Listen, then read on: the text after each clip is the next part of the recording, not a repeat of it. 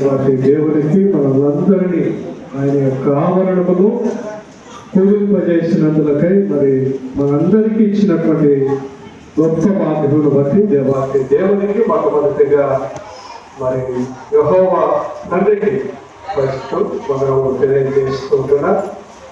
ఈ యేసుక్రీస్తు ప్రభునామమునందు మిమ్మల్ని అందరినీ ఈ యొక్క సాయంకాల శుక్రవార ఆరాధనలో మిమ్మల్ని వందనములతో ప్రేమపూర్వకంగా ఆహ్వానిస్తూ ఉన్నా.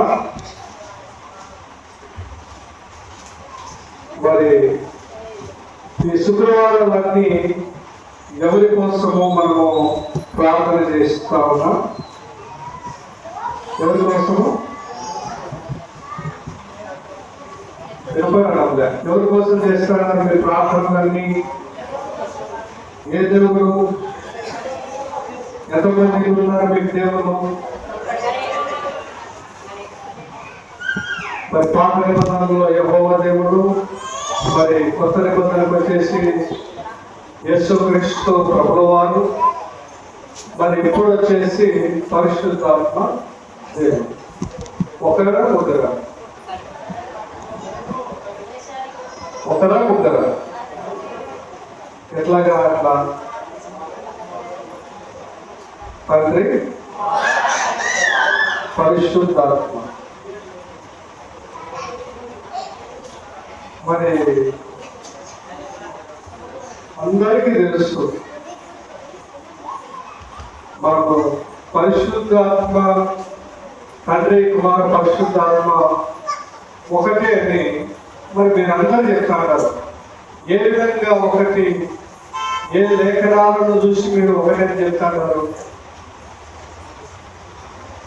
చెప్పాలా? ఏం చూసి? యేసుక్రీస్తు ప్రభువు వారు, యెహోవా దేవుడు, పరిశుద్ధాత్ముడు ఒకటని చెప్తారా? మీకేమైనా ఆధారాలు ఉన్నాయా? మీకేమైనా తెలుసా?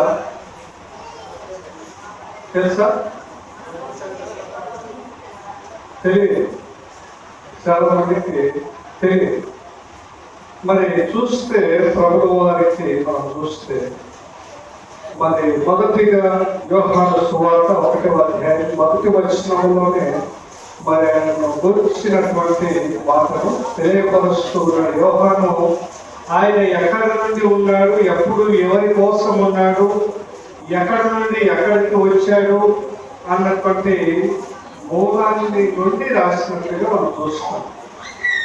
మొదటి వచనం చూస్తే ఆదిలో వాక్యము ఉండేడు, వాక్యము దేవుని ఎదురు, వాక్యము. ఇక్కడ వాక్యానికి ప్రతిరూపముగా చెప్పబడేటువంటిది మనము క్రీస్తు ప్రభువు వారి గురించి చెప్తాం. వాక్యం ఏమైనది? దేవుడిలో ఉన్నాడు. మరి ఆ దేవుడైనటువంటి వ్యక్తి మరి 14వ వచనంలో చూస్తే ఏమైనా మనకు తెలుపబడుతుంది. ఆ వాక్యము శరీరధారి, కృపా సత్య సంపూర్ణుడిగా మన మధ్య నివసించాడు. ఆయన దేవుడిగా ఉండి ఆయన శరీరమును దాల్చి ఆయన కృపా సత్యమును మన మధ్య నివసించడానికి, మనము ఆయన వారముగా నడుచుకోవడానికి ఆయన నరమాత్రుడిగా రావడము జరిగింది. మరి ఈ యొక్క యేసుక్రీస్తు మనిషిగా వచ్చినాడు. మరి రెండవది ఏమంటున్నాడు? యోహాను సువార్త 10:30వ వచనంలో నేను తండ్రితో ఏకమై ఉన్నాను. అందుకే వారు ఆయనలో ఏం చేసినారు? అక్కడ ఉండేటువంటి ఇశ్రాయేలు ప్రజలు, యూదా వారు ఏం చేసినారు? రాళ్లతో కొట్టడానికి చూసినాడు. ఏంటి, నువ్వు దేవుడితో సమానుడువా, దేవుని చెప్పుకుంటాడు, దేవుడు దూషణ చేస్తాడు అని ఆయనను రాళ్లతో కొట్టడానికి ప్రయత్నం చేస్తున్నారు. ఇప్పటికీ కూడా మరి ఆనాటి ప్రజలు దేవుడిని ఎరిగి కూడా నిజమైనటువంటి దేవునికి ఎటువంటి లక్షణాలు ఉంటాయి, ఎలాంటి పనులు చేస్తాడో, ఏమి చేస్తే దేవుడు అనిపించుకుంటారో, ఏ పనులతో మరి దేవుడిగా మార్చబడతారని వారు గ్రహించలేకపోయినారు. ఈ వాక్యము నెరవేర్చడానికి పాత నిబంధనలో ఉన్నటువంటి వాక్యాన్ని ఆయన పరిపూర్ణం చేయడానికి భూమి మీదకి వచ్చినాడు. అది యూదా వారు గ్రహించలేకపోయి ఉంటున్నారు. మరి ఆయన మీద కోపముతో ఉన్నటువంటి వారు ఆయన గురించి ఆలోచనలు చేయలేకపోయినారు. మనకి ఎవరైనా శత్రువులు ఉంటే వారి కోసం ఏం చేస్తాం? మనం వారు మంచివారు అని ఆలోచన చేస్తామా? చేయం. వారు చేసిన దానికి మనము మన శత్రువుగా భావించి వారిని లెక్క చేయం. ఎవరు మంచిగా ఎవరైతే బ్రతుకుతారో, మనకంటే హెచ్చుగా ఎవరైతే బ్రతుకుతారో, మరి యేసుక్రీస్తు ప్రభువు వారు మరి దేవుడి పేరు చెప్పుకొని ఆయన ఇలాగా ఉండాలా, ఇలాంటి పనులు చేస్తేనే దేవుడికి నచ్చుతారో అని ఇశ్రాయేలు ప్రజలని వారందరినీ గురించి మాట్లాడుతున్నప్పుడు వారికి ఏమైంది? కోపమైంది. మేము ఆరాధించేటువంటి ఆరాధనలోనే పొరపాటు ఉన్నాయా? నా భక్తి జీవితము మేము ధర్మశాస్త్రము తూచా తప్పకుండా పాటిస్తాము అని పేరుకు మాత్రమే చెప్పుకున్నారు, కానీ వాళ్ళ జీవితంలో వారు ఎలాంటి నడవడిక ధర్మశాస్త్రం అనుసరించి నడవలేదు. ఏం చెప్తామనేది? ధర్మశాస్త్రము నిలువలని పొరుగు వారిని ప్రేమించాలని చెప్తుంది. ఇక్కడ ఎవరైనప్పటికీ ఏ వ్యక్తి అయినప్పటికీ అతను దూషించినప్పటికీ వాళ్ళను ఏమన్నా కూడా వాళ్ళు ఏం చేయాలో దేవుని బిడ్డలు వారు ప్రేమించాలా. ప్రేమించేటువంటి మనసుని కలిగి ఉండాలి. వాళ్ళు ఏం చేస్తారు? ద్వేషిస్తారు, కుష్ఠరోగులను ద్వేషిస్తారు, పుట్టి వారిని ద్వేషిస్తారు, అల్లైవారిని వారిని ద్వేషిస్తారు, అందరినీ కూడా ద్వేషిస్తే ఎక్కడ ప్రేమ ఉంది? మరి మేము ఏమో దేవుడిని నమ్మినా ధర్మశాస్త్రాన్ని అనుసరిస్తామని పైకి మాత్రము దేవుడిని అడ్డు పెట్టుకొని మనం ఏం చేస్తాడో నలుగురికి మాత్రము జీవనము మాత్రము మనము దేవుడి మార్గమున నడవలేకపోతాము. మనము కూడా అంతే. మన క్రైస్తవులమని పేరుకు మాత్రమే కానీ మనం ఏం చేయట్లా జీవించడం లే. ఒకరి మాదిరికరంగా యేసుక్రీస్తు పోలికలు ఒక్క లక్షణం కూడా ఎవరిలో కనబడటం లే. ఎందుకు? ఆయన పేరును నాశనం చేస్తున్నాం. ఆయన యొక్క మంచిని ప్రకటన చేయకపోయినప్పటికీ ఆయన యొక్క పేరును మనం ఏం చేస్తున్నాం? సులభంగా చేస్తున్నాం. అందరి ముందర అవమానములు తెచ్చి పెడతాడు. దేవుడికి మనం కీర్తి తేవాల్సినది పోయి అపకీర్తిని తెస్తా ఉన్నాం. నీ ద్వారా దేవుడు మరి ఆరాధించబడేటువంటి దేవుడిగా ఉండాలి, కానీ ఆయన దూషించేటువంటి స్థితులలో మనం మారిపోతా ఉంటాం. మరి ఏది క్రైస్తవమో, ఏది ఎక్కడ దేవుని బిడ్డమో, దేవుని యొక్క సంఘమో, దేవుని కుటుంబము, దేవుని పోలికల వారిగా నడుచుకుంటేనే దేవుని బిడ్డలము. ఇక్కడ యేసుక్రీస్తు ప్రభువు వారు కూడా నేను ధర్మశాస్త్రమును కొట్టువేయటకు రాలేదు, కానీ దాన్ని నేను నెరవేర్చడానికి వచ్చిన ఏది పొరుగు వారిని ప్రేమించాలి. నేను చేస్తూ ఉన్నటువంటిది అదే. నేను అందరినీ ప్రేమించగలుగుతా ఉన్నా. కుష్ఠరోగులని ముట్టుకోలేనటువంటి స్థితిలో ఉన్నటువంటి వారిని నేను హత్తుకుంటా ఉన్నా. ఎవరు అనాథలుగా ఉన్నటువంటి వారిని నేను నా దగ్గరికి చేర్చుకుంటా ఉన్నా. ఇదే కదా మరి దేవుడి దేవుడు చెప్పినటువంటి మాటలు. మరి ఏంటి? మనము అక్రమము చేయటము, మరి ఎదుటి వారిని ఆశింపబడటము, ఇవి మనం చేస్తూ ఉన్నాం. ఎక్కడ కూడా మనము క్రీస్తు పోలి నడవలేకపోతూ ఉంటున్నాం. మరి ఇక్కడ మరి చూస్తే తోమ మరి యోహాను సువార్త 20:28 చూస్తే అక్కడ ఏమంటాడు? 20:28 తోమ ఈ విధంగా మాట్లాడతాడు.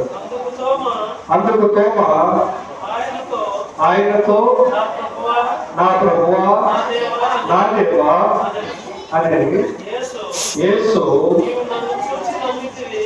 నీవు నన్ను చూసి నమ్మితివి, చూడక నమ్మిన వారు ధన్యులు. నా ప్రభువా నా దేవా అని నువ్వు చూసి నా క్రియలు అన్నిటినీ విశ్వసించి నేను చేస్తున్నటువంటి కార్యాలన్నిటినీ నువ్వు గ్రహించినావు కాబట్టి నన్ను నా ప్రభువా నా దేవా అని ఆరాధిస్తా ఉన్నావు. కానీ నువ్వైతే చూసి విశ్వసిస్తా ఉన్నావు. చూడక నమ్మిన వారు ధన్యులు. ఇప్పుడు మన అనుభవం కూడా యేసుక్రీస్తును చూడగా ఆయన ఎట్లా పడ్డాడో తెలియదు, ఆయన పోలికి ఏ విధంగా ఉంటుందో తెలియదు, ఆయన స్వరూపం ఏ విధంగా ఉంటుందో తెలియదు. అయినా క్రీస్తుని ఆరాధిస్తూ ఉన్నామంటే మనం ధన్యులమా కాదా? ధన్యులమేనా? ఎట్లాగా ధన్యులు అయితామంటే క్రియలు లేని విశ్వాసము మృతం. క్రైస్తవుని జీవితంలో క్రియలు కనబరచాల. యేసు క్రీస్తు యొక్క స్వరూపము దాల్చినటువంటి మనము, యేసు క్రీస్తుని ప్రేమ పెట్టుకున్నటువంటి మనము, ఆయన యొక్క కుటుంబాన్ని పిలువబడుతున్నటువంటి మనము ఏ విధంగా నడవాలా? ఆయనకి ఇష్టమైనటువంటి కుటుంబముగా నడవాలి. మన ఇష్టానుసారముగా నడవబడితే కుటుంబం నుండి ఏమైపోతాం? వేరైపోతాం. కానీ ఇక్కడ ఆయన పేరు చెప్పి ఆయన కుటుంబాన్ని ఆయన యొక్క తండ్రిగా మనను పరిపాలిస్తున్నటువంటి కుటుంబీకుడు అయినటువంటి అధిపతిని మనం ఏం చేస్తా ఉన్నాం? తగ్గింపు చేస్తూ ఉంటాం. చాలా మంది మన బిడ్డలు, మీ కుమారుడు కానీ కుమార్తెలు కానీ మీ గురించి మా నాయన తాగుడు పోతూ మమ్మల్ని ఎక్కడ చూసుకుంటాడు, ఎప్పుడు తాగి రోడ్ల మీద పడి మా కుటుంబానికి అవమానకరంగా చేస్తాడు అని చెబితే ఎట్లా ఉంటుంది? కుటుంబానికి ఎట్లా ఉంటుంది? అవమానంగా ఉంటుందా? ఇక్కడ తండ్రి చేయటంలో ఎవరు చేస్తారో తప్పులు? తండ్రి ఏమో పవిత్రంగా జీవించి తన యొక్క పిల్లలు మాత్రము లోకానికి ముగ్ధులైపోయి ఇష్టానుసారంగా జీవిస్తాడు. పిల్లలు తాగుడుపోతులయ్యి ఇంకా లేనటువంటి అన్ని అలవాట్లు చేర్చుకుని వెళ్తే తల్లిదండ్రులు ఎంత అవమానంగా ఫీల్ అవుతారు. ఆ కుమారులు పలానా వాళ్ళ యొక్క కుమారుడు తాగి పడిపోయి మరి అసభ్యంగా శరీర వస్త్రధారణ ఉంది అంటే ఎంతటి అవమానకరము. తల్లిదండ్రులు వీధిలో తిరగటానికే ఇబ్బంది పడేటువంటి అవమానకరమైనటువంటి జీవితం. మరి నిన్ను బట్టి దేవుడు ఇంకా ఎంతటి అవమానాన్ని భరించాలా? నీవు ఇంకా మారుకోకుండా దేవునికి అపకీర్తి చేస్తూ ఉన్నావు. ఎంతవరకు దేవుడు సహించగలిగారా? ఎంతవరకు మనం ఇంకా అవమానాన్ని ఆయనకు తెచ్చిపెడతాం? ఇకనైనా మారగలగాల, ఇకనైనా తెలుసుకోగలగాల. ఏది క్రీస్తు మార్గము, ఎలాగ జీవించితే దేవునికి నచ్చుతాము, ఎలాంటి ప్రవర్తన కలిగి ఉంటే మనము దేవునికి ఇష్టమైనటువంటి వారిగా ఉంటామని. ఇక్కడ ఇశ్రాయేలు ప్రజలు మనం జ్ఞాపకం చేసుకుంటే ఐగుప్తు చెరలో 400 సంవత్సరాలు వారు శ్రమ అనుభవిస్తూ ఉన్నప్పుడు, దేవునికి మొరపెట్టినప్పుడు 400 సంవత్సరాల తర్వాత దేవుడు వారి ప్రార్థనను ఆలోచించి వారి పక్షమున ఏం చేయబోతున్నాడు? యుద్ధము చేస్తున్నాడు. ఇక నమ్మినటువంటి వారిని, విశ్వసించిన వారి యొక్క పట్ల వారి యొక్క బాధ్యతను తీసుకుని దేవుడు ఏం చేస్తున్నాడు? యుద్ధము చేయబోతున్నాడు. పనులకి ఆజ్ఞలిస్తున్నాడు. మరి నా బిడ్డలు, నా కుటుంబమును నీవు విడుదల చేయకపోతే నీవు ఎప్పుడు చూడనటువంటి మరి అంతటి చెడును ప్రాణము సహితము నీవు కోల్పోతావు. నీళ్ళు నీ అడ్డు పెట్టుకునేటువంటి నీ కుటుంబం కోల్పోతావు, నీ యొక్క ప్రజలను కోల్పోతావు, నీ సర్వాన్ని కోల్పోతావు. నేను హెచ్చరించిన మాటలు వినమని చెప్పినప్పుడు, హెచ్చరికలు చేసినప్పుడు వినడం వారు లెక్క కూడా చేయలే. ఎందుకు? ఇంతటి నేను రాజుగా ఉండి నా యొక్క రాజతత్వముని నేను కోల్పోవలసినటువంటి పరిస్థితి ఏర్పడుతుందని ఆయన మరి ఒప్పుకోలేదు.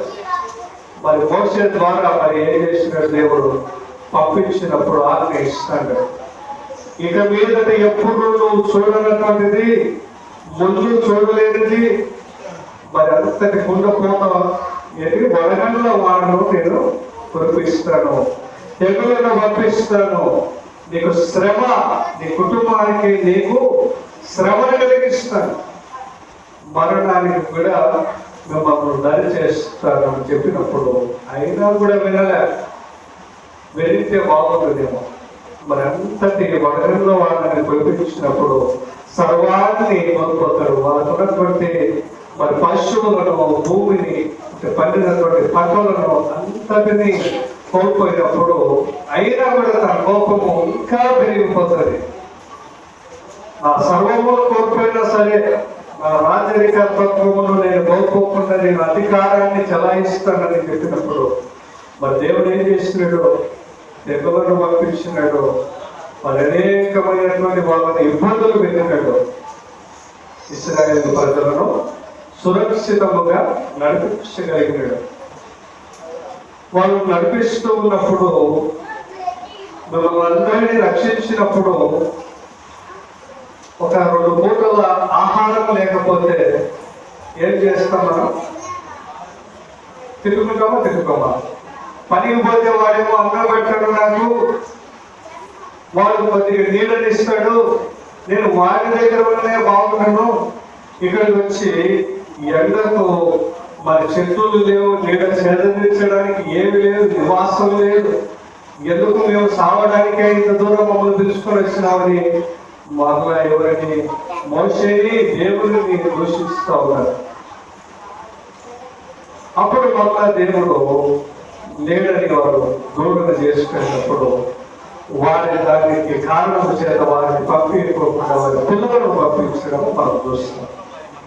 ఎంతటి అవిధేయత! దేవుడు రక్షించడానికి వచ్చినటువంటి దేవుడిని మర్చిపోయి ఇష్టానుసారముగా మాట్లాడి దేవుడిని దూషించి దేవుని యొక్క బిడ్డలను దూషించి వారు ఏం మూట కట్టుకుంటారు?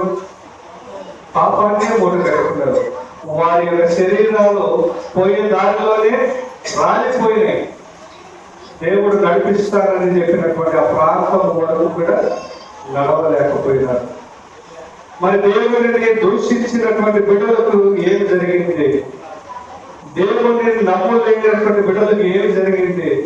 దేవుడు హెచ్చరించినప్పుడు వారి యొక్క పడు విధింటే తన కుటుంబము, వాళ్ళు, వాళ్ళ యొక్క ఊరు అంతా కూడా బాగుపడింది. ఆ యొక్క పడు వినడం వలన సర్వము కోల్పోయినటువంటి వారిగా మిగిలిపోయినాడు. మనం కూడా సర్వాన్ని కోల్పోకుండా దేవుడు మన కోసము, మన బిడ్డల కోసము తన ప్రాణాన్ని సైతం అర్పించగలిగినాడు. మనం కూడా తెలుసుకొని విశ్వాసముగా మనం ముందుకు కొనసాగింపబడి ఆయన యొక్క బిడ్డలముగా మనమందరము దేవుని సాన్నిధ్యములోనికి, ఆయన యొక్క పర్వత రాజ్యములోనికి, ఆయన హెచ్చరింపబడేటువంటి ప్రతి ఒక్క హెచ్చరికను మనం ఆలోచించి ఆయన యొక్క మాదిరిగా, ఆయన యొక్క పోలికలో నడుచుకునేటువంటి వారంలో ఉండటానికి దేవుడు మనందరికీ సహాయం చేసి నడిపించిన గాక. ఆమేన్. ఆమేన్. అందరూ లేచి నిలబడదా?